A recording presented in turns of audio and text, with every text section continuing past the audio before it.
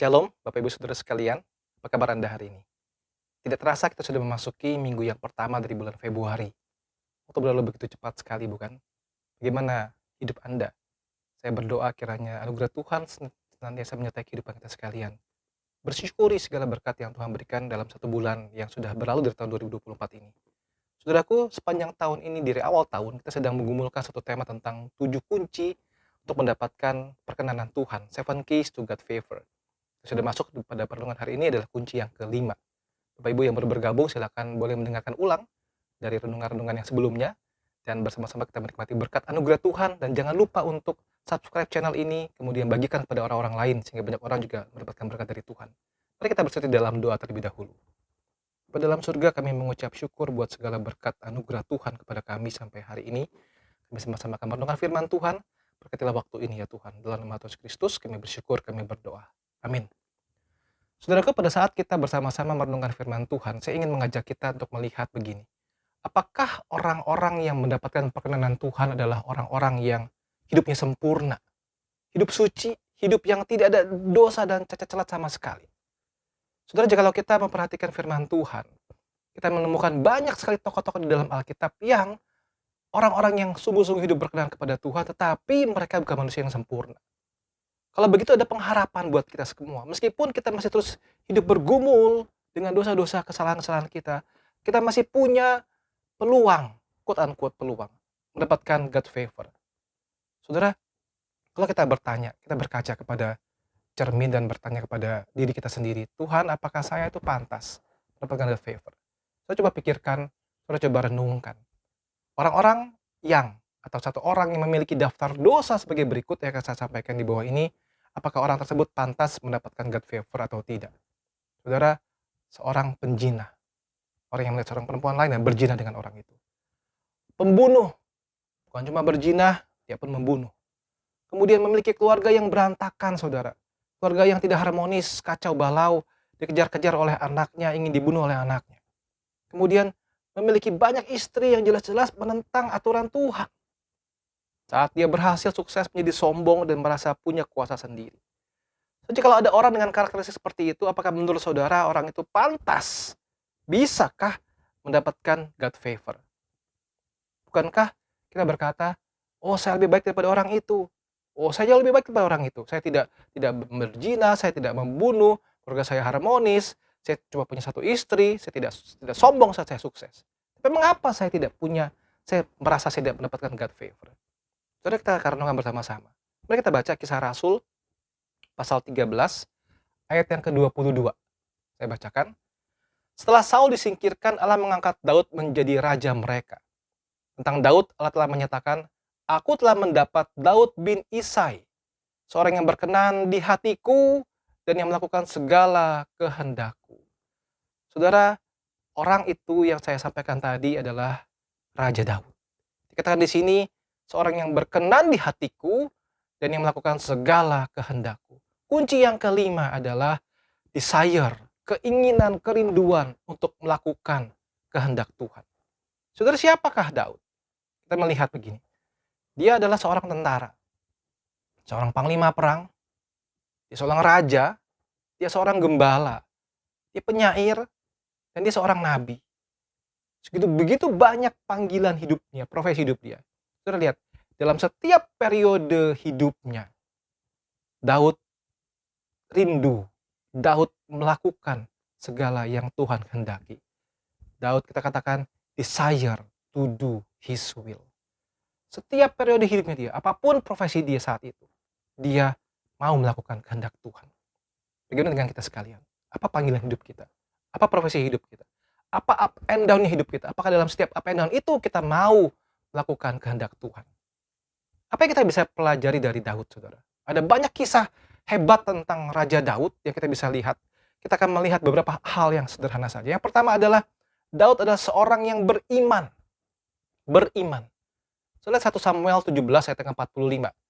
Tapi Daud berkata kepada orang Filistin itu, engkau mendatangi aku dengan pedang dan tombak dan lembing, tetapi aku mendatangi engkau dengan nama Tuhan semesta alam. Allah segala barisan Israel yang kutantang, yang kau tantang itu. Saudara, 1 Samuel 17 ayat 47 bilang begini. Dan supaya segenap Jemaah ini tahu bahwa Tuhan menyelamatkan bukan dengan pedang dan bukan dengan lembing, sebab di tangan Tuhanlah pertempuran, dan Ia pun menyerahkan kamu ke dalam tangan kami. Dia punya iman, saudara. Dia masih muda. Dia tidak berpengalaman perang. Dia tidak mahir menggunakan senjata, tombak, pedang, lembing, dan sebagainya. Tapi dia berkata begini, aku datangi engkau dengan nama Tuhan semesta alam. Oh, dia punya iman yang sungguh-sungguh kepada Tuhan. Dalam periode hidup yang seperti itu, dia ingin maju berperang melawan Goliat. Dan dia berkata, Tuhan, di tangan Tuhanlah pertempuran. Ia pun menyerahkan kamu ke dalam tangan kami. Dia punya iman yang luar biasa. Saudara, yang kedua, dia seorang yang rendah hati. Saat dia mengalahkan Goliat, dia tidak sombong. Saudara lihat ya, 1 Samuel 18 ayat yang ke-23, dia ingin dapat hadiah dari raja. Lalu para pegawai Saul menyampaikan perkataan itu kepada Daud. Tapi Daud menjawab, perkara ringankah pada pemandanganmu menjadi menantu raja? Bukankah aku seorang yang miskin dan rendah? Kita lihat 2 Samuel 7 ayat 18.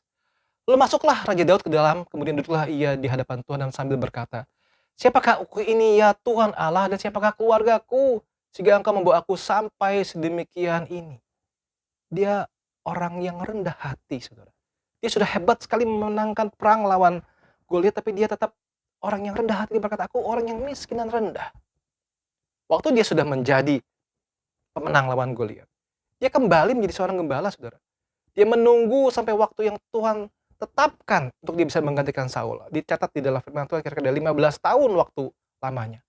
Dan dalam periode itu dia dikejar-kejar Raja Saul. Dia membiarkan 2 kali Saul dibiarkan hidup. Padahal Daud punya kesempatan untuk membalas dendam. Lalu dia berkata di 1 Samuel 26 berkata begini. Tetapi kata Daud kepada Abisai, jangan musnahkan dia, sebab siapakah yang dapat menjamah orang yang diurapi Tuhan dan bebas dari hukuman. Lalu kata Daud, demi Tuhan yang hidup, saya Tuhan akan membunuh dia, entah karena sampai ajalnya dan ia mati, entah karena dia pergi berperang dan ia hilang lenyap di sana. Kiranya Tuhan menjauhkan daripadaku untuk menjamah orang yang diurapi Tuhan. Ambillah sekarang tombak yang ada di sebelah kepalanya dan kendi itu, dan marilah kita pergi. Saudara, dia punya kesempatan itu. Dia orang yang rendah hati. Dia taat pada pimpinan Tuhan. Dia tidak menyentuh Saul sama sekali. Saudara, karakter yang lain adalah kita melihat dia seorang yang peka terhadap dosa. Peka terhadap dosa. Dan seorang berdosa, yes betul. Saudara lihat, dia berzinah, dia bersekongkol, mengatur konspirasi untuk membunuh suami Bathsheba. Kemudian waktu Nabi Nathan menegur dia langsung bertobat. Kita lihat 2 Samuel 12. Lalu berkatalah Daud kepada Nathan, aku sudah berdosa kepada Tuhan. Nathan berkata kepada Daud, Tuhan telah menjauhkan dosamu itu. Engkau tidak akan mati. Sebagai seorang raja, ya, kalau dia ingin mempertahankan egonya, Nathan menegur dia akan berkata, enggak peduli dengan kamu. Tapi dia berkata begini, aku sudah berdosa kepada Tuhan. Saudara bisa melihat jeritan hatinya, pertobatan hatinya dalam Mazmur pasal yang ke-51. Mazmur yang sangat indah, kita tidak bahas di sini, saudara. R.C. Sproul, pengarang buku, berkata begini, Mazmur 51 itu menyatakan sebuah kehancuran hati, broken heart dari seorang yang berdosa, yang melihat, memandang dosa itu dengan jelas bahwa ini adalah dosa. Orang itu adalah orang yang sungguh-sungguh after God's own heart. Artinya apa? Mazmur itu menyatakan begitu jelasnya Daud melihat dirinya, keberdosaannya, betapa menyesalnya dia bertobat, dan dia disebut sebagai orang yang berkenan di hati Tuhan. Saudara sekalian, ia sama dengan kita. Ya, manusia berdosa. Engkau dan saya pun manusia berdosa. Dosa apapun yang kita perbuat, mungkin tidak sesadis Daud sampai membunuh, tapi kita manusia berdosa, saudara. Artinya kita punya kesempatan yang sama, asalkan. Poin yang kedua, saudara, kita lihat dari Daud adalah dia rela melakukan kehendak Tuhan. Dia beriman 100% kepada Tuhan. Dia rela lakukan kehendak Tuhan.